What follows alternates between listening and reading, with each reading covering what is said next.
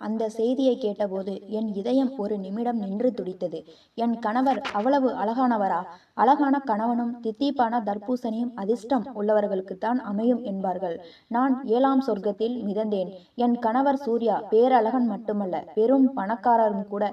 அவர் ஒரு வீரர் என்று கேள்விப்பட்டிருந்தேன். ஒருமுறை யாரோ ஒருவனுடன் ஏற்பட்ட பெரிய மோதலில் அந்த ஊரே பார்க்கும்படி அவனை போட்டு வெளுத்து வாங்கினாராம். அந்த சண்டை வீடியோ கூட இணையதளத்தில் வைரலாகி பாராட்டு மழையில் நனைந்திருந்தது. அப்படிப்பட்ட ஒரு புகழ்பெற்ற அழகான வீரனைத்தான் நான் கரம் பிடிக்கப் போகிறேன். நானும் அழகில் சளைத்தவள் இல்லை. என் ஊரிலேயே சிறந்த அழகி என்று எனக்கு பெயருண்டு. பொருத்தமான ஜோடி என்று எல்லோரும் பேசிக்கொண்டார்கள். உண்மையில் என்னை விட அவர் கொஞ்சம் கூடுதல் அழகுதான் என்று எனக்கே தோன்றியது. திருமண ஏற்பாடுகள் தடபுடலாக நடந்தன. சூர்யா இண்டஸ்ட்ரீஸ் அதிபரின் திருமணம் என்பதால் அந்த நகரமே விழாக்கோலம் பூண்டிருந்தது. ஒவ்வொன்றும் பிரம்மாண்டமாக நான் கற்பனை செய்ததை விட சிறப்பாக அமைந்திருந்தது. ஆனால் அதிகப்படியான மகிழ்ச்சிக்கு கண் திருஷ்டி பட்டுவிடும் என்பார்கள் அல்லவா? அது என் விஷயத்தில் இவ்வளவு சீக்கிரம் இவ்வளவு கொடுமையாக நடக்கும் என்று நான் நினைக்கவில்லை. அன்று இரவு சடங்குகள் முடிய தாமதமானதால் சூர்யா அறைக்கு வர விடியற்காலை ஆகிவிடும் என்றார்கள். பெரும் பணக்காரர்கள் என்பதால் மதியம் 12 மணிக்கு எழுவது அவர்களுக்கு சாதாரண விஷயம். ஆனால் நேரத்தை பற்றி யாரும் கவலைப்படவில்லை. அவர் அறைக்கு வரும் நேரம் நெருங்கியதும் களைத்திருந்த என் மேக்கப்பை சரி செய்தார்கள். ஆனால் திடீரென என்னை எளிமையான உடைக்கு மாற்ற சொன்னார்கள். அவருக்கு உன்னை அலங்கார பொம்மையாக பார்ப்பதை விட இயல்பாக பார்க்கவே பிடிக்கும். இதெல்லாம் சடங்குகளுக்காகத்தான். நீ ரிலாக்ஸாக இரு என்றார்கள். எனக்கு கொடுக்கப்பட்டிருந்த பட்டு புடவைகளும் வைர நகைகளும் நான் என் வாழ்நாளில் கண்டிராதவை. சூர்யா அறைக்குள் நுழைந்த போது அவர் நடை கொஞ்சம் தள்ளாடியது. பணக்காரர் என்பதால் மது அருந்தியிருப்பாரோ என்று ஐயப்பட்டேன். ஆனால் அவரோ எனக்கு உடற்பயிற்சி மீதும் ஆரோக்கியத்தின் மீதும் அதிக அக்கறை உண்டு. நான் மதுவை தொடவே மாட்டேன் என்றார். ஆனால் அவர் தொடர்ந்து இருமிக் கொண்டே இருந்தார். அவ்வப்போது வயிற்றை பிடித்து கொண்டார். பெரியவங்க கொடுத்த ஸ்வீட்ஸ் அதிகமாயிடுச்சு போல, வயிறு என்னவோ பண்ணுது என்று சிரித்தபடியே என் கையை பிடித்தார். அடுத்த வினாடி அவர் திடீரென வாந்தி எடுத்துவிட்டு என் காலடியிலேயே மயங்கி விழுந்தார். நான் அலறினேன். வீட்டில் இருந்தவர்கள் ஓடி வந்தார்கள். அவரை உடனடியாக மருத்துவமனைக்கு கொண்டு சென்றார்கள். என்னை உடன் வர அனுமதிக்கவில்லை. ஆனால் வழியிலேயே அவர் நிலைமை மிகவும் மோசமானதாக செய்தி வந்தது. என் தந்தை மறைந்து விட்டதால் என் தாய் ஒரு பள்ளி ஆசிரியையாக இருந்துதான் என்னையும் என் சகோதரிகளையும் வளர்த்தார்.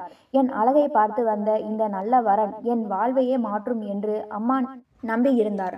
ஆனால் இங்கே எல்லாம் தலை கீழாகி கொண்டிருந்தது. மறுநாள் காலையில் மணப்பெண் புகுந்த வீட்டிற்கு போக வேண்டிய இடத்தில் நான் மருத்துவமனைக்கு ஓடினேன். மருத்துவர்கள் சொன்ன அந்த செய்தி இடி போல எங்களை தாக்கியது. அவருக்கு விஷம் கொடுக்கப்பட்டிருக்கிறது. என் தலையில் இடி விழுந்தது போல் இருந்தது. நான் ஏன் என் கணவருக்கு விஷம் கொடுக்க போகிறேன்? என் மீது யாருக்கும் சந்தேகம் இல்லைதான். ஆனால் இதை செய்தது யார்? அந்த எதிரியை கண்டுபிடிப்பது ஒரு புறம் இருக்க, சூர்யாவின் உயிரை காக்க போராடினோம். ஆனால் விதி வலியது. அந்த விஷம் அவரது உடல் உறுப்புகளை செயலிழக்க செய்துவிட்டது. கடைசி நிமிடம் வரை அவர் ஒரு வார்த்தை கூட பேசவில்லை. அவர் உயிர் பிரிந்தது. மகிழ்ச்சியில் திளைத்த என் வாழ்வில் தீ மூட்டப்பட்டது. கையில் மருதாணி கூட இன்னும் சிவந்திருக்கவில்லை. அதற்குள் என் மனக்கோலம் கலைந்து விட்டது. ஊர் உலகம் என்னை அபாக்கியவதி என்றும் ராசி இல்லாதவள் என்றும் தூற்றத் தொடங்கியது. இவள் அறைக்குள் போன பிறகுதான் இப்படி நடந்தது. இவளுக்கும் எதிரிகளுக்கும் ஏதோ சம்பந்தம் இருக்கும் என்று அந்த பணக்கார குடும்பம் என் மீது பழி சுமத்தியது. நான் கத்தினேன், அழுதேன். ஆனால் என் குரலை கேட்க யாரும் இல்லை. ஒரு சாதாரண பள்ளி ஆசிரியை மகளான என்னை காக்க என் தாயால் முடியவில்லை. அந்த பணக்கார குடும்பத்தின் செல்வாக்கு அவ்வளவு பெரியது. கடைசியில் கையில் வளையல்களுடன் மணப்பெண்ணாக இருக்க வேண்டிய நான் கை விலங்குகளுடன் சிறை சாலைக்குள் நுழைந்தேன். அங்கிருந்தவர்களின் கண்கள் என்னை ஒரு விசித்திர பிறவியாக பார்த்தன. கருகிய கனவுகளும் கசப்பான உண்மைகளும். சிறைசாலையின் இரும்பு கதவுகள் எனக்கு பின்னால் பலமாக சாத்தப்பட்டன. அந்த சத்தம் என் வாழ்நாள் முழுவதும் செவிகளில் ஒலித்து கொண்டே இருக்கும் போலிருந்தது. உள்ளே இருந்த மற்ற கைதிகள் என்னை ஒரு அருவருப்பான ஜந்துவை பார்ப்பது போல பார்த்தார்கள். திடீரென ஒரு பெண் கைதி ஆக்ரோஷமாக ஓடி வந்து என் தலைமுடியை பிடித்து கீழே தள்ளினாள். இங்க இருக்கிற நாங்க எல்லாரும் ஏதோ ஒரு தப்பு பண்ணிட்டு தான் வந்திருக்கோம். ஆனா கல்யாணம் அன்னைக்கே கட்டின புருஷனுக்கு விஷம் வச்சு கொல்றது எவ்வளவு பெரிய துரோகம். இவ்வளவு அழகா இருக்கியே, கண்டிப்பா உனக்கு வேற எவனாவது கூட தொடர்பு இருந்திருக்கும். அவன் கூட சேர்ந்து வாழ்றதுக்காகத்தானே உன் புருஷனை தீர்த்து கட்டின என்று கத்தினாள். நான் அழுது கொண்டே இல்லை, நான் அப்படி செய்யவில்லை என்றே கதறினேன். ஆனால் என் குரல் அந்த 4 சுவர்களுக்குள்ளேயே அடங்கி போனது. சிறைக்குள் மட்டுமல்ல, வெளியிலும் என் பெயர் நாறிக் கொண்டிருந்தது. ஊடகங்களில் என் கதை விவாதிக்கப்பட்டது. பேரழகி செய்த பாதகம் என்று தலைப்பு செய்திகள் வெளியாயின. என் அம்மாவும் திருமணமான என் சகோதரிகளும் தெருவில் தலை காட்ட முடியாமல் போனார்கள். உன் அக்கா இப்படிப்பட்டவளா என்று என் தங்கைகளை உலகம் ஏளனம் செய்தது. நாட்கள் நகர்ந்தன. ஒரு நாள் இரவு அந்த சிறையின் பெண் வார்டன் என் அறைக்கு வந்தாள். அவள் பார்ப்பதற்கே பயங்கரமாக, மிக உயரமாகவும் கம்பீரமாகவும் இருந்தாள். சின்ன தவறு செய்தாலும் சுற்றி அடிக்கும் குணம் கொண்டவள். அவள் என் அறைக்குள் நுழைந்து, உன் பெயர் வீணாதானே என்று அதட்டலாக கேட்டாள். ஆமா மேடம் என்று நடுங்கிக் கொண்டே சொன்னேன். உன் புருஷனை கொன்னுட்டு வந்தவ நீதானே? இல்லை மேடம், நான் அவரை உயிராக நேசித்தேன். யாரோ எதிரிகள் வைத்த விஷம் அவரை பழி வாங்கிவிட்டது. நான் நிரபராதி என்று அவள் காலில் விழுந்து அழுதேன். அவள் என்னை ஒரு நிமிடம் உற்று நோக்கினாள். உன் அழகுதான் உனக்கு எதிரியே. நீ கொன்றாயோ இல்லையோ, அவர் இறந்துவிட்டார். இப்போது உன் வாழ்க்கையை அடுத்து என்ன செய்ய போகிறாய் என்று ஒரு விசித்திரமான கேள்வியை கேட்டாள். எனக்கு தூக்கி வாரி போட்டது. ஒரு கைதியிடம் வந்து வாழ்க்கையை என்ன செய்ய போகிறாய் என்று ஏன் கேட்கிறாள்? நான் ஆயுள் முழுவதும் இங்கேயே கிடக்க வேண்டியவள் தானே. என்னை காப்பாற்ற யாரும் இல்லை. என் அம்மாவிடம் வக்கீல் வைக்க பணம் இல்லை. ஒருவேளை ஆதரவற்றவர்களுக்கு போலீசாரை உதவி செய்து வழக்கிலிருந்து விடுவிப்பார்களோ? அந்த சிறிய நம்பிக்கை என் மனதில் மின்னலாய் வந்து போனது. ஆனால் அந்த வார்டனின் கண்களில் தெரிந்த மர்மம் வேறு எதையோ உணர்த்தியது. அவள் மெல்ல குனிந்து என் காதருகே சொன்னாள். இந்த சிறை ஒரு வழிபாதை வீணா. இங்கிருந்து நீ வெளியே போக வேண்டுமானால் வெறும் கண்ணீர் மட்டும் போதாது. உன்னை இந்த சதிக்குள் சிக்க வைத்தது யார் என்று உனக்கு தெரியுமா? நான் அதிர்ச்சியில் அவளை பார்த்தேன். சிறை வார்டன் என் அறையில் அமர்ந்து உணவருந்தி கொண்டிருந்தாள். ஒரு மிருகத்தைப் போல கோழி இறைச்சியை பீய்த்து பீய்த்து ஆக்ரோசமாக தின்று கொண்டிருந்த அவளிடம் என் விடுதலையை பற்றி பேசினேன். மேடம், நான் இங்கிருந்து வெளியே போக வேண்டும். என் அம்மா பாவம், தனியாக இருக்கிறாள். என் சகோதரிகள் எல்லாம் திருமணமாகி சென்று விட்டார்கள். நான் நன்றாக படித்தவள். வெளியே போய் ஏதாவது ஒரு வேலை செய்து என் அம்மாவை கவனித்துக் கொள்வேன். என் மீது விழுந்த பழியை துடைப்பேன் என்றேன் நம்பிக்கையுடன். அவள் கையில் இருந்த எலும்பை துப்பிவிட்டு என்னை ஏளனமாக பார்த்தாள். ஓ அப்படியா, சரி, அப்புறம் வேற என்ன பண்ணுவ? விபச்சாரம் பண்ணுவியா என்று அசிங்கமாக கேட்டாள். அதிர்ச்சியில் உறைந்து போனேன். என்ன பேசுகிறீர்கள்? நான் ஒரு கௌரவமான குடும்பத்தை சேர்ந்தவள் என்று கத்தினேன். அதனால்தான் உன் புருஷனை கொன்றுவிட்டு இங்கே வந்திருக்கிறாயா என்று கேட்டவள் நான் மறுத்து பேசவும் என் கன்னத்தில் பலார் என்று அறைந்தாள். உன் அழகுதான் உனக்கு சாபம் வீணா. இங்கே வரும் கிழட்டு பெண்களை வைத்து எங்களால் எதுவும் சம்பாதிக்க முடியாது. உன்னை போன்ற ஒரு பீஸ் கிடைப்பது அபூர்வம். எங்கள் சம்பளம் 10 நாளைக்கு கூட காணாது. உன்னை வைத்து சம்பாதிக்கும் பணத்தில்தான் நாங்கள் வாழ வேண்டும் என்று தன் கோர முகத்தை காட்டினாள். நான் எவ்வளவோ கெஞ்சியும் அவள் கேட்கவில்லை. மரியாதையாக சம்பாதித்தால் உனக்கு நல்லது, இல்லையென்றால் பலவந்தப்படுத்த வேண்டியிருக்கும் என்று மிரட்டினாள். அன்று இரவே 2 பெண்கள் வந்து என்னை இழுத்து சென்று ஒரு இருட்டறைக்குள் அழைத்தார்கள். அங்கே ஒரு மனிதன் நுழைந்தான். அவன் ஒரு காவல்துறை அதிகாரி போல தெரிந்தான். ஆனால் சீருடையில் இல்லை. என் கணவன் சூர்யாவின் நினைவுகள் என் மனதில் பசுமையாக இருந்தன. அவருடன் நான் செலவழித்தது வெறும் அரை மணி நேரம்தான் என்றாலும் அவருக்காக வாழ நினைத்த என் கற்பு நெறி சிதைக்கப்பட்டது. நான் கற்பனை கூட செய்து பார்க்க முடியாத சித்திரவதைகளை அந்த நரகத்தில் அனுபவித்தேன். மீண்டும் என் அறைக்கு தூக்கி எறியப்பட்ட போது அங்கே ஒரு புதிய பெண் கைதி இருந்தாள். என் கலைந்த கோலத்தை பார்த்துவிட்டு அவள் பரிதாபத்துடன் கேட்டாள். அவளிடம் என் கதையை சொன்னேன். அவள் மற்றவர்களைப் போல என்னை கேலி செய்யவில்லை. உலகமே இப்படித்தான் வீணா. நீ ஒரு அழகான விதவை. உனக்கு துணையாக அப்பா இல்லை, அண்ணன் இல்லை. நீ வெளியில் இருந்திருந்தால் கூட இதைவிட மோசமான நிலைதான் ஏற்பட்டிருக்கும் என்றாள். அவள் சொன்னது என் காயத்தில் உப்பை பூசுவது போல் இருந்தது. ஒரு பெண்ணால் அழுது புலம்புவதை தவிர வேறென்ன செய்ய முடியும்?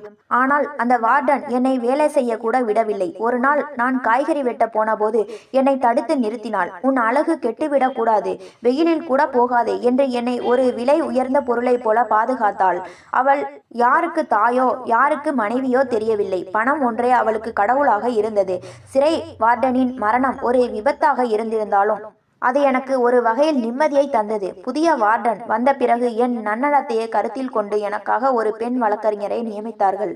அந்த வழக்கறிஞர் என்னிடம் பேசிய போதுதான் இவ்வளவு பணக்காரனை மணக்கவிருக்கும் ஒரு பெண் முதல் இரவிலேயே அவனை ஏன் கொல்ல போகிறாள் இதில் ஏதோ சதி இருக்கிறது என்பதை ஒரு புத்திசாலித்தனமான மனிதன் உணர முடியும் என்பதை அவர் எனக்கு புரிய வைத்தார். 11 மாத போராட்டத்திற்கு பிறகு 2½ ஆண்டு கால சிறைவாசத்தை முடித்துக்கொண்டு நான் வெளியே வந்தேன். 18 வயதில் மணப்பெண்ணாக உள்ளே சென்ற நான் இப்போது 20 வயதில் ஒரு தழும்பேறிய இதயத்தோடு வெளியே வந்தேன்.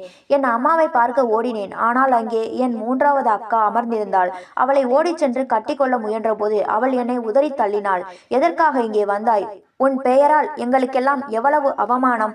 உன்னை பெற்று வளர்த்த அம்மா ஊர் உலகத்தின் வசவு பேச்சை கேட்டே செத்து போய்விட்டாள். உன் செயலால் எனக்கு விவாகரத்து ஆகிவிட்டது. என் கணவன் என்னை வீட்டை விட்டு துரத்தி விட்டான். இப்போது இந்த வீட்டை அம்மா என் பெயருக்கு எழுதி வைத்து விட்டாள்.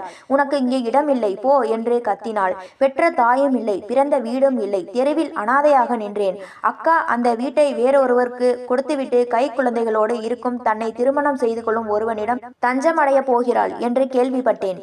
இரவு நேரமானது. நான் எங்கே போவேன் என்று வீட்டுக்கு பக்கத்து தெருவில் அனாதையாக ஒரு கல்வெட்டில் அமர்ந்து அழுதேன். கடவுளே, ஏன் எனக்கு இத்தனை சோதனைகள்? இங்கேயே தற்கொலை செய்து கொள்ளலாமா என்று தோன்றியது. அப்போது யாரோ ஒருவன் என்னை உற்று பார்ப்பது போல் இருந்தது. அவன் ஒரு பிச்சைக்காரன் போல காட்சியளித்தான். திடீரென அவன் என் அருகே வந்து, உன்னை பற்றி எனக்கு எல்லாம் தெரியும். உன்னை திருமணம் செய்து கொள்ள ஆசைப்படுகிறேன் என்றான். எனக்கு சிரிப்புத்தான் வந்தது. நானோ ஒரு கொலைகாரி என்று முத்திரை குத்தப்பட்டவள், சிறை சென்றவள். நீ ஒரு பிச்சைக்காரன், நமக்கு சரியான பொருத்தம்தான் என்று விரக்தியில் சொன்னேன். எங்கே போவது என்று தெரியாததால் அவன் நீட்டிய கையை பற்றி கொண்டு அவனோட சென்றேன். ஒரு சிறிய அறையில் எங்கள் திருமணம் எளிமையாக நடந்தது. அவன் முகத்தை கூட நான் பார்க்கவில்லை. அவர் என்னை ஒரு அறைக்குள் அழைத்து சென்றார். அங்கே ஒரு மெத்தை அலங்கரிக்கப்பட்டிருந்தது. ஒரு பிச்சைக்காரனுக்கு இவ்வளவு வசதியா என்று நான் வியந்த போது அவர் குளித்துவிட்டு வருவதாக சொன்னார். சிறிது நேரத்தில் அந்த அறைக்குள் நுழைந்த மனிதனை பார்த்ததும் என் இதயம் நின்றுவிட்டது. நான் அலறினேன். சூர்யா, நீங்களா? நீங்கள் இறந்து விட்டீர்களே! அதிர்ச்சியில் நான் மயங்கி விழுந்தேன். அவர் முகத்தில் தண்ணீர் தெளித்து என்னை எழுப்பினார். வீணா, உண்மையை கேள். நான் சாகவில்லை. அன்று எனக்கு தரப்பட்டது கொடிய விஷம். ஆனால் நான் எப்படியோ உயிர் பிழைத்து விட்டேன். நான் பிழைத்திருப்பது தெரிந்தால் என் சொத்துக்காக என் சித்தியும் மாற்றாந்தாய் வழி சகோதரர்களும் என்னை மீண்டும் கொல்ல முயல்வார்கள் என்று எனக்கு தெரிந்தது. அதனால் மருத்துவர்களிடம் கெஞ்சி நான் இறந்துவிட்டதாக சான்றிதழ் வாங்கினேன். அவர் தொடர்ந்து சொன்னார். அந்த 2½ ஆண்டுகளும் நான் பிணமாகவே வாழ்ந்தேன். உடல் நலம் தேர எனக்கு நீண்ட காலம் பிடித்தது. உன்னை சிறையிலிருந்து மீட்க அந்த பெண் வழக்கறிஞரை அனுப்பியதே நான்தான். உன்னை பின்தொடர்ந்து ஒரு பிச்சைக்காரன் வேடத்தில் வந்ததும் நான்தான். என் சொத்தில் 70% அவர்கள் கைக்கு போய்விட்டது. ஆனால் மிச்சம் இருக்கும் 30% வைத்து நாம் நிம்மதியாக வாழலாம். என் தந்தையின் பழைய பங்களா வேறொரு நகரில் இருக்கிறது. அங்கே சென்று புதிய வாழ்க்கையை தொடங்குவோம். நான் அவர் மார்பில் சாய்ந்து தேம்பி தேம்பி அழுதேன். என் துன்பங்கள் ஒரு முடிவுக்கு வந்தன. விதி எங்களை பிரித்தது. ஆனால் அதே விதி எங்களை மீண்டும் சேர்த்திருக்கிறது. இப்போது நான் அனாதையல்ல, என் சூர்யாவின் மனைவி. காலம் எல்லாவற்றையும் மாற்றும் என்பார்கள். ஆனால் என் வாழ்வில் காலம் ஒட்டுமொத்தமாக ஒரு அதிசயத்தையே நிகழ்த்திவிட்டது. சூர்யாவின் கைகளை பிடித்துக்கொண்டு அந்த பழைய பங்களாவிற்கு சென்றபோது அது வெறும் கல்லும் மண்ணும் கலந்த கட்டடமாக எனக்கு தெரியவில்லை. அது என் கௌரவத்தின் அடையாளமாக தெரிந்தது. வீணா, நாம் இங்கே ஒளிந்து வாழப் போவதில்லை. ஆனால் நம்மை வீழ்த்த நினைத்தவர்கள் முன் நிமிர்ந்து நிற்க நமக்கு கொஞ்சம் அவகாசம் தேவைப்பட்டது என்றார் சூர்யா. அடுத்த சில மாதங்கள் சூர்யா தன் உடல்நிலையை முழுமையாக தேற்றிக் கொண்டார். இழந்த பலம் மீண்டும் அவர் கைகளில் கூடியது. ஒரு நாள் காலை சூர்யா ஒரு முக்கியமான கோப்பை என்னிடம் காட்டினார். இதுதான் வீணா, நமக்கான ஆயுதம். என் சொத்துக்களை அபகரிக்க அவர்கள் செய்த மோசடிகள் அனைத்தும் இதில் பதிவாகி இருக்கிறது. இப்போது நாம் நகருக்கு திரும்ப வேண்டிய நேரம் வந்துவிட்டது. நாங்கள் மீண்டும் அதே நகருக்குள் நுழைந்தோம். ஆனால் இந்த முறை ஒரு பிச்சைக்காரனாகவோ அல்லது கைதியாகவோ அல்ல. சூர்யா இண்டஸ்ட்ரீஸ் நிறுவனத்தின் பொதுக்குழு கூட்டம் நடந்து கொண்டிருந்த போது கதவை திறந்து கொண்டு சூர்யா உள்ளே நுழைந்ததைக் கண்டு அங்கிருந்த அவரது சித்தியும் சகோதரர்களும் பேய் அறைந்தது போல நின்றனர். செத்து போனவன் எப்படி திரும்பி வந்தான் என்று அவர்கள் அலறினார்கள். சூர்யா சாகவில்லை, அவனை சாகடிக்க நினைத்த உங்கள் சூழ்ச்சிதான் செத்து போனது என்று நான் அவர்கள் முன் கம்பீரமாக நின்று சொன்னேன். சூர்யா அடுக்கடுக்கான ஆதாரங்களை சமர்ப்பித்தார். எனக்கு விஷம் கொடுத்ததற்கும் என்னை சிறைக்கு அனுப்ப சதி செய்ததற்கும் ஆதாரங்கள் இருந்தன. காவல்துறையினர் அங்கேயே அவர்களை கைது செய்தனர். நீதிமன்றம் எனக்கு இழைக்கப்பட்ட அநீதிக்கு ஈடாக மிகப்பெரிய இழப்பீட்டையும் சூர்யாவின் அனைத்து சொத்துக்களையும் அவருக்கே திரும்ப வழங்கியது. ஆனால் என் மனதில் ஒரு பாரம் அப்படியே இருந்தது. அது என் அக்கா. நாங்கள் என் பழைய வீட்டிற்கு சென்றோம். அங்கே என் அக்கா அந்த புதிய கணவனால் சித்திரவதை செய்யப்படுவதை கண்டேன். எங்களை பார்த்ததும் அவள் காலில் விழுந்து அழுதாள். வீணா, என்னை மன்னித்து விடு. அம்மா இறந்த துக்கத்தில் நான் என்ன செய்கிறேன் என்று தெரியாமல் உன்னை துரத்தி விட்டேன் என்று கதறினாள். நான் அவளை தூக்கி நிறுத்தினேன். அக்கா, நீ செய்த துரோகம் பெரியதுதான். ஆனால் ஒரு பெண்ணின் வலி என்னவென்று எனக்கு தெரியும். இனி உனக்கும் உன் குழந்தைகளுக்கும் நான் துணையாக இருப்பேன் என்றேன். பழி வாங்குவதை விட மன்னிப்பதுதான் ஒரு பெண்ணுக்கு அழகு என்பதை அந்த நிமிடம் உணர்ந்தேன். இன்று நான் மீண்டும் அதே மாளிகையில், ஆனால் பழைய பயம் கலந்த மணப்பெண்ணாக அல்ல, இந்த நிறுவனத்தின் சரிபாதி உரிமையாளராக சூர்யாவின் பலமாக இருக்கிறேன். வாழ்க்கை சில நேரங்களில் நம்மை அதல பாதாளத்தில் தள்ளும். ஆனால் தள்ளிய இடத்திலேயே நாம் விழுந்து கிடக்கக்கூடாது. சிறைச்சாலைகள் மூடப்பட்ட போது என் வாழ்க்கை முடிந்து விட்டது என்று நினைத்தேன். ஆனால் அந்த இருள்தான் எனக்கு புதிய ஒளியை காட்டியது. இப்போது என் கையில் மருதாணி இன்னும் அடர் சிவப்பாக இருக்கிறது. இது என் கணவரின் அன்பால் மட்டுமல்ல, நான் போராடி பெற்ற நீதியால் சிவந்தது. வாழ்க்கை இப்போது ஒரு அமைதியான நதியைப் போல ஓடிக்கொண்டிருந்தது. சூர்யா தொழிலில் மீண்டும் சிகரத்தை தொட்டார். சித்தியும் அவரது பிள்ளைகளும் சிறை கம்பிகளை எண்ணிக்கொண்டிருக்க, ஆனால் விதி மீண்டும் ஒரு விசித்திரமான பகடையை உருட்டும் என்று நான் எதிர்பார்க்கவில்லை. ஒரு நாள் மாலை அலுவலகத்திலிருந்து வீடு திரும்பிய சூர்யாவின் முகம் வாடி போயிருந்தது. என்ன ஆச்சு சூர்யா என்று பதற்றத்துடன் கேட்டேன். வீணா, நாம் வீழ்த்தியவர்கள் சும்மா இருக்கப் போவதில்லை என்று எனக்கு தெரியும். ஆனால் அவர்கள் இவ்வளவு கீழ்த்தரமாக இறங்குவார்கள் என்று நான் நினைக்கவில்லை. சிறையில் இருந்தபடியே சித்தி ஒரு புதிய விளையாட்டை தொடங்கி இருக்கிறாள். அன்று எனக்கு விஷம் கொடுத்த அதே கும்பல் இப்போது நம் நிறுவனத்தின் பங்குகளை ரகசியமாக வாங்க தொடங்கியிருக்கிறது. அதன் பின்னணியில் ஒரு பெரிய அரசியல் சக்தி இருப்பதாக தெரிகிறது என்றார் சூர்யா கவலையுடன். அடுத்த சில நாட்களில் சிறைக்கு சென்று வந்த ஒரு பெண் சமூக சேவை செய்ய தகுதியற்றவள் என்று ஊடகங்களில் மீண்டும் என் பழைய கதையை யாரோ கிளறினார்கள். என் கௌரவத்தை மீண்டும் குலைக்க திட்டமிட்டார்கள். ஆனால் இந்த முறை நான் பழைய வீணா அல்ல. சிறை எனக்கு பயத்தை கொடுக்கவில்லை, மாறாக பாடத்தை கொடுத்திருந்தது. சூர்யா, அவர்கள் நம்மை தாக்க வருகிறார்கள் என்றால் நாம் தற்காப்பு நிலையில் இருக்கக்கூடாது. அவர்கள் பாணியிலேயே நாம் திருப்பி அடிக்க வேண்டும் என்று நான் சொன்னபோது சூர்யாவின் கண்களில் ஒரு வியப்பு தெரிந்தது. அன்றிரவு நான் ஒரு ரகசிய சந்திப்பிற்கு ஏற்பாடு செய்தேன். அது வேறு யாரும் அல்ல, நான் சிறையில் இருந்தபோது எனக்கு ஆறுதல் சொன்ன அதே வயதான பெண் கைதி. இப்போது விடுதலையாகி வெளியில் இருந்தாள். அவளுக்கு இந்த நகரத்தில் இருட்டு உலகத்தை பற்றி நிறைய தெரியும். அவளை சந்தித்த போது அதிர்ச்சிகரமான ஒரு உண்மை தெரிந்தது. வீணா, உன் கணவனுக்கு அன்று விஷம் கொடுத்தது உன் சித்தி மட்டுமல்ல. அதன் பின்னணியில் உன் கணவரின் தந்தை வழி உறவினரான ஒரு பெரிய அதிகார புள்ளி இருக்கிறார். அவர்தான் இப்போது உன் நிறுவனத்தை விழுங்க துடிக்கிறார் என்றாள் அவள். இந்த உண்மையை அறிந்த சூர்யா கொதித்து போனார். என் சொந்த பெரியப்பாவே இப்படி செய்தாரா? சொத்துக்காக ஒரு உயிரையே எடுக்க துணிந்தவர்களா இவர்கள் என்று ஆக்ரோசமானார். நாங்கள் ஒரு பெரும் போருக்கு தயாரானோம். இந்த முறை அது வெறும் பணத்திற்கான போர் அல்ல, எங்கள் வாழ்வாதாரத்திற்கான போர். ஆனால் இந்த போரில் எனக்கு ஒரு புதிய உதவியாளர் கிடைத்தார். அது என் அக்கா. அவள் தன் தவறுக்கு கைமாறு செய்ய விரும்பி சூர்யாவின் பெரியப்பா வீட்டில் ரகசியமாக கண்காணிப்பு பணிகளை செய்ய முன்வந்தாள். எதிரிகள் தங்களை சுற்றி ஒரு வலை பின்னப்படுவதை அறியாமல் வெற்றி கொண்டாட்டத்தில் இருந்தார்கள். ஆனால் அவர்களுக்கு தெரியாது, ஒரு காலத்தில் ராசி இல்லாதவள் என்று ஒதுக்கப்பட்ட ஒரு பெண் இப்போது அவர்களின் சாம்ராஜ்யத்தையே அசைக்கப் போகிறாள் என்று. எதிரிகள் எங்களை எளிய இலக்காக கருதினார்கள். ஆனால் காயம்பட்ட சிங்கம் எவ்வளவு ஆக்ரோசமாக இருக்கும் என்பது அவர்களுக்கு தெரியவில்லை. என் அக்கா கொடுத்த தகவல்கள் ஒவ்வொன்றும் அதிர்ச்சிகரமாக இருந்தன. சூர்யாவின் பெரியப்பா சபாபதி வெளியில் ஒரு மிகச்சிறந்த சமூக சேவகராக வேடம் போட்டு கொண்டிருந்தார். ஆனால் ரகசியமாக தாதாக்களுடனும் ஊழல் அதிகாரிகளுடனும் அவருக்கு தொடர்பு இருந்தது. வீணா, பெரியப்பாவிடம் ஒரு ரகசிய டைரி இருக்கிறது. அதில் அவர் யார் யாருக்கு எவ்வளவு லஞ்சம் கொடுத்தார், என் தந்தையின் மரணத்தில் அவருக்கு இருக்கும் பங்கு என்ன என்பது வரை எல்லாம் அதில் பதிவாகி இருப்பதாக அக்கா சொல்கிறாள் என்றார் சூர்யா.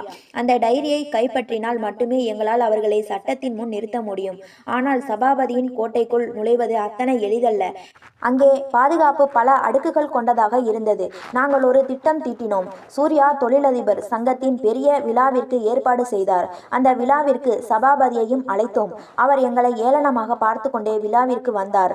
உன் அழிவை நீயே கொண்டாடுகிறாயா சூர்யா என்று அவர் காதில் கிசுகிசுத்தார். சூர்யா சிரித்து கொண்டே, பெரியப்பா, அழிவு யாருக்கு என்பது இன்று இரவு தெரிந்துவிடும் என்றார். விழா மேடையில் சூர்யா பேசிக் கொண்டிருக்கும் போது நான் என் பழைய கைதி தோழியுடன் சபாபதியின் வீட்டிற்குள் ரகசியமாக நுழைந்தேன். அக்கா ஏற்கனவே அங்கிருந்த பாதுகாப்பு கேமராக்களை தற்காலிகமாக செயலிழக்க செய்திருந்தாள். இருட்டில் துளாவியபடி சபாபதியின் ரகசிய அறைக்குள் புகுந்தோம். அங்கே அந்த டைரி இருந்தது. ஆனால் அதை எடுக்க முயன்றபோது அறையின் விளக்குகள் பளிச்சென்று எரிந்தன. முன்னே சபாபதியின் வலது கை போன்ற ஆட்கள் துப்பாக்கியுடன் நின்று கொண்டிருந்தார்கள். நீ வருவாய் என்று எனக்கு தெரியும் வீணா. சிறைக்கு போனவளுக்கு புத்தி வந்திருக்கும் என்று பார்த்தால் திருட்டுத்தனமா செய்ய பார்க்கிறாய் என்று சபாபதியின் குரல் ஒலித்தது. அவர் விழாவிலிருந்து பாதியிலேயே திரும்பி வந்திருந்தார். என் இதயம் படபடத்தது. ஆனால் நான் பயப்படவில்லை. நீங்கள் நினைப்பது போல நான் இங்கே திருட வரவில்லை பெரியப்பா. நீங்கள் செய்த கொலைகளுக்கான அத்தாட்சியை சேகரிக்க வந்திருக்கிறேன் என்றேன் துணிச்சலாக. சபாபதி அட்டகாசமாக சிரித்தார். இந்த துப்பாக்கி சூட்டில் நீ இறந்துவிட்டால் திருட வந்த பெண்ணை சுட்டு கொன்றோம் என்றுதான் உலகம் பேசும். சூர்யா, ஏற்கனவே உன் நடத்தையில் சந்தேகப்பட்டு உன்னை துரத்தியதாக ஒரு செய்தியை இப்போதே பரப்பி விடுவேன் என்றார். அவர் துப்பாக்கியை உயர்த்திய போது நான் என் கைபேசியை உயர்த்தி திரையை திருப்பினேன். அதில் சூர்யாவின் முகம் தெரிந்தது. பெரியப்பா, நீங்கள் இப்போது பேசிய ஒவ்வொரு வார்த்தையும் நேரலையாக தொழிலதிபர் சங்க விழாவில் ஒளிபரப்பாகி கொண்டிருக்கிறது.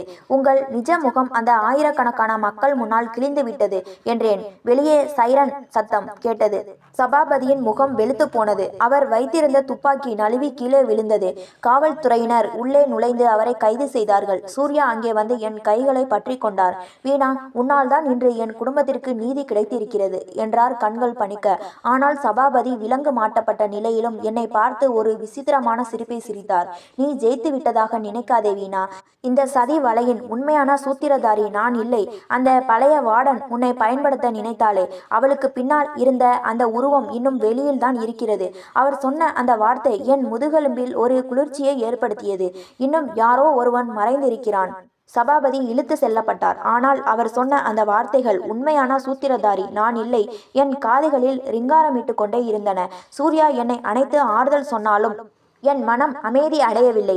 சிறை வார்டன், சபாபதி, விஷம், இவற்றுக்கெல்லாம் பின்னால் இருக்கும் அந்த ஒரு நபர் யார்? மறுநாள் காலை சூர்யாவின் அலுவலகத்திற்கு ஒரு மர்மமான பார்சல் வந்தது. அதில் எந்த முகவரியும் இல்லை. சூர்யா அதை திறந்து பார்த்தபோது உள்ளே ஒரு பழைய புகைப்படம் இருந்தது. அது சூர்யாவின் அப்பா, சபாபதி மற்றும் அடையாளம் தெரியாத ஒரு மூன்றாவது நபர் ஒன்றாக நின்று சிரித்து கொண்டிருக்கும் புகைப்படம். அந்த மூன்றாவது நபரின் முகம் மட்டும் எரியூட்டப்பட்டு கருகி இருந்தது. சூர்யா, இந்த படத்தில் இருப்பவர் யார் என்று உங்களுக்கு தெரியுமா என்று கேட்டேன். சூர்யா நீண்ட நேரம் யோசித்துவிட்டு, இது என் அப்பா இளமையாக இருந்தபோது எடுத்த படம். இந்த மூன்றாவது நபர் அப்பாவின் நெருங்கிய நண்பராக இருந்த ராகவன் என்பவராக இருக்கலாம். ஆனால் அவர் பல ஆண்டுகளுக்கு முன்பே ஒரு விபத்தில் இறந்து விட்டதாக அப்பா சொல்லி இருக்கிறார் என்றார். அன்றே நாங்கள் அந்த பழைய சிறை வார்டனின் பின்னணியை பற்றி விசாரிக்க தொடங்கினோம். அந்த விசாரணையில் ஒரு திடுக்கிடும் உண்மை தெரிந்தது. அந்த வார்டன் சாதாரண ஆள் இல்லை. அவள் ராகவனின் தங்கை. அதாவது இறந்து போனதாக கருதப்படும் ராகவனின் குடும்பம் பழிவாங்க துடிக்கிறது. திடீரென என் அக்காவிடமிருந்து ஒரு போன் வந்தது. அவள் குரல் நடுங்கிக் கொண்டிருந்தது. வீணா, சீக்கிரம் இங்கே வா. அம்மா பயன்படுத்திய அந்த பழைய பீரோவில் ஒரு ரகசிய அறை இருப்பதை இப்போதுதான் கவனித்தேன். அதில் ஏதோ கடிதங்கள் இருக்கின்றன. நாங்கள் உடனடியாக எங்கள் பழைய வீட்டிற்கு விரைந்தோம். அக்கா காட்டிய அந்த ரகசிய அறையில் ஒரு கடிதம் இருந்தது. அது என் அம்மா எழுதியது. வீணா, என் மகளே, உனக்கு ஒரு பெரிய பணக்கார வரன் வந்தபோது நான் ஏன் பயந்தேன் தெரியுமா? உன் தந்தை இறப்பதற்கு முன் ஒரு ரகசியத்தை சொன்னார். சூர்யாவின் அப்பாவும் உன் அப்பாவும் ராகவனும் ஒரு காலத்தில் தொழில் கூட்டாளிகள். ஏதோ ஒரு பண தகராறில் ராகவன் துரோகம் செய்ய முயன்றபோது சூர்யாவின் அப்பாவும் உன் அப்பாவும் சேர்ந்து அவனை தடுத்திருக்கிறார்கள். அதன் பிறகுதான் ராகவன் காணாமல் போனான். அவன் பழி வாங்குவான் என்று உன் அப்பா எப்போதும் பயந்து கொண்டிருந்தார். அந்த பயம் தான் உன்னை இந்த பெரும் குடும்பத்தில் கட்டி கொடுக்க எனக்கு தயக்கத்தை ஏற்படுத்தியது. கடிதத்தை படித்து முடித்தபோது என் கைகள் நடுங்கின. அப்படியானால் ராகவன் சாகவில்லை, அவன் உயிரோடு தான் இருக்கிறான். அப்போது பங்களாவின் விளக்குகள் திடீரென அணைந்தன. இருட்டில் ஒரு உருவம் அசைவது தெரிந்தது. உன் அம்மா உண்மையை சொல்லிவிட்டாளா வீணா என்று ஒரு கரகரப்பான குரல் கேட்டது. அது ஒரு முதியவரின் குரல். ஆனால் அதில் அதிகாரம் இருந்தது. அவர் கையில் ஒரு டார்ச் லைட் இருந்தது. அதன் வெளிச்சத்தில் அவர் முகத்தை பார்த்தோம். அது சூர்யாவின் அலுவலகத்தில் வேலை செய்யும் அந்த பழைய காவலாளி. நீங்களா என்று சூர்யா வியப்பில் உறைந்தார். ஆமாம் சூர்யா, உன் கண்ணெதிரிலேயே உனக்கு தண்ணீர் கொடுப்பவனாக, உன் கார் கதவை திறப்பவனாக நானே தான் இருந்தேன். உன் அப்பாவும் வீணாவின் அப்பாவும் சேர்ந்து என் வாழ்க்கையை அழித்தார்கள். அதற்கு பழிவாங்கவே சூர்யாவிற்கு விஷம் கொடுத்தேன். வீணாவை சிறைக்கு அனுப்பினேன். ஆனால் நீங்கள் இருவரும் மீண்டும் சேருவீர்கள் என்று நான் நினைக்கவில்லை என்று கூறிக்கொண்டே அவர் தன் இடுப்பில் இருந்த துப்பாக்கியை எடுத்தார். நிலைமை விபரீதமானதை உணர்ந்த நான், ராகவன் ஐயா, பழி வாங்குவதால் உங்களுக்கு என்ன கிடைக்க போகிறது? ஏற்கனவே பல உயிர்கள் பலியாகிவிட்டன. இப்போதாவது இதை நிறுத்துங்கள் என்று கத்தினேன். ராகவன் சிரித்தார். நிறுத்தவா? இந்த நாடகத்தின் கடைசி இன்றுதான் உங்கள் இருவரையும் கொன்றுவிட்டு இதை ஒரு தற்கொலையாக மாற்றுவேன். பிறகு சூர்யாவின் மீதமுள்ள சொத்துக்களும் எனக்கே வந்து சேரும். அவர் துப்பாக்கியின் விசை அழுத்தப்படவிருந்த அந்த நொடியில் ஜன்னல் கண்ணாடி உடைந்து சிதறியது. ஜன்னல் கண்ணாடி சுக்குநூறாக உடைந்து சிதற உள்ளே பாய்ந்தது ஒரு நிழல் உருவம் அல்ல, அது சட்டத்தின் நீதியான காவல்துறை அதிகாரிகள். அவர்களுடன் என் அக்கா மற்றும் அந்த பழைய பெண் கைதி தோழியும் இருந்தார்கள். ராகவன் அதிர்ச்சியில் நிலை தடுமாறிய அந்த ஒரு வினாடியை பயன்படுத்தி கொண்ட சூர்யா பாய்ந்து சென்று அவர் கையில் இருந்த துப்பாக்கியை பிடுங்கி எறிந்தார். இருவருக்கும் இடையே ஒரு பயங்கரமான மற்போர் நடந்தது. ஒரு வீரனாக சூர்யா தன் முழு பலத்தையும் திரட்டி ராகவனை நிலைகுலைய செய்தார். பிடியுங்கள் அவனை என்று காவல் ஆய்வாளர் கத்த ராகவன் தப்பியோட முயன்றார். ஆனால் என் தோழி லாவகமாக அவர் காலை இடறிவிட ராகவன் தரையில் முகம் குப்பர விழுந்தார். காவல்துறையினர் அவருக்கு விலங்கு மாட்டினார்கள். சபாபதி சிறையில் கொடுத்த வாக்குமூலமும் என் அக்கா ரகசியமாக கேட்ட உரையாடல்களும் தான் காவல்துறையினரை சரியான நேரத்தில் இங்கே அழைத்து வர உதவி இருக்கிறது. ராகவன், உங்கள் ஆட்டம் முடிந்துவிட்டது. பணத்திற்காக பல உயிர்களை சிதைத்த உங்களை சட்டம் சும்மா விடாது என்றார் ஆய்வாளர். ராகவன் வெறித்தனமாக சிரித்தார். உயிரோடு பிடிபட்டால் தானே இந்த ராகவன் யாரிடமும் மண்டியிட மாட்டான் என்று கத்தியபடியே தன் சட்டை காலரில் மறைத்து வைத்திருந்த விஷ மாத்திரையை விழுங்க முயன்றார். ஆனால் நான் ஓடிச் சென்று அவர் கையை பிடித்து தடுத்தேன். இல்லை, நீங்கள் சாவதற்கு தகுதியற்றவர். நீங்கள் செய்த பாவங்களுக்கு சிறையில்தான் தண்டனை அனுபவிக்க வேண்டும். மரணம் உங்களுக்கு ஒரு விடுதலை, ஆனால் சிறைதான் உங்களுக்கு சரியான நரகம் என்று ஆக்ரோஷமாக சொன்னேன். ராகவன் பிடிபட்டார். பல ஆண்டுகால மர்மம் ஒரு முடிவுக்கு வந்தது. மறுநாள் விடியல் அன்று நான் பார்த்த சூரியன் வழக்கத்தை விட அதிக வெளிச்சத்துடன் தெரிந்தது. சூர்யா என் அருகில் வந்து நின்றார். வீணா, இன்று முதல் நம் வாழ்வில் எந்த நிழலும் இருக்காது. நாம் இழந்தது அதிகம், ஆனால் இப்போது நமக்கு கிடைத்திருக்கும் இந்த அமைதி விலை மதிப்பற்றது என்றார். நான் என் அக்காவை பார்த்தேன். அவள் கண்களில் கண்ணீர் வழிந்தது. வீணா, என்னால் முடிந்த பிராயச்சித்தத்தை நான் செய்துவிட்டேன். இனி நான் உன்னோடு இருக்க தகுதி இல்லை என்று நகர முயன்றாள். நான் அவளை தடுத்து நிறுத்தினேன். அக்கா, மன்னிப்பு என்பது வாயால் சொல்வதல்ல, செயலால் காட்டுவது. நீ அதை செய்து விட்டாய். அம்மா இருந்திருந்தால் இதையே தான் சொல்லி இருப்பார். வா, இனி நாம் ஒரு குடும்பமாக இருப்போம் என்று அவளை அணைத்து கொண்டேன். சில வாரங்களுக்கு பிறகு சூர்யா இண்டஸ்ட்ரீஸ் நிறுவனம் மீண்டும் பழைய நிலைக்கு திரும்பியது. ஆனால் இந்த முறை அது வெறும் லாபம் ஈட்டும் நிறுவனமாக மட்டுமல்லாமல் பல்லாயிரக்கணக்கான அனாதை குழந்தைகளுக்கும் ஆதரவற்ற பெண்களுக்கும் புகலிடம் தரும் இடமாக மாறியது. சிறையிலிருந்து ஒரு கொலைகாரியாக வெளிவந்த அதே வீணா இன்று அந்த நகரத்தின் நம்பிக்கை நட்சத்திரமாக கொண்டாடப்பட்டாள். சூர்யா என் காதுகளில் மெல்ல சொன்னார். வீணா, அன்று நம் திருமண இரவு ஒரு மயானமாக மாறியது. ஆனால் இன்று முதல் ஒவ்வொரு இரவும் நமக்கு ஒரு புதிய தொடக்கம். என் கையில் இருந்த அந்த பழைய மருதாணி மறைந்து இப்போது என் கரம் சூர்யாவின் கரத்தை வலுவாக பற்றி இருந்தது. விதி எங்களை சோதித்தது, ஆனால் அன்பு எங்களை வெல்ல வைத்தது. இது போன்ற கதைகளை தொடர்ச்சியாக கேட்க லைக் பண்ணுங்க, ஷேர் பண்ணுங்க, கமெண்ட் பண்ணுங்க, மறந்து விடாமல் சப்ஸ்கிரைப் பண்ணுங்க.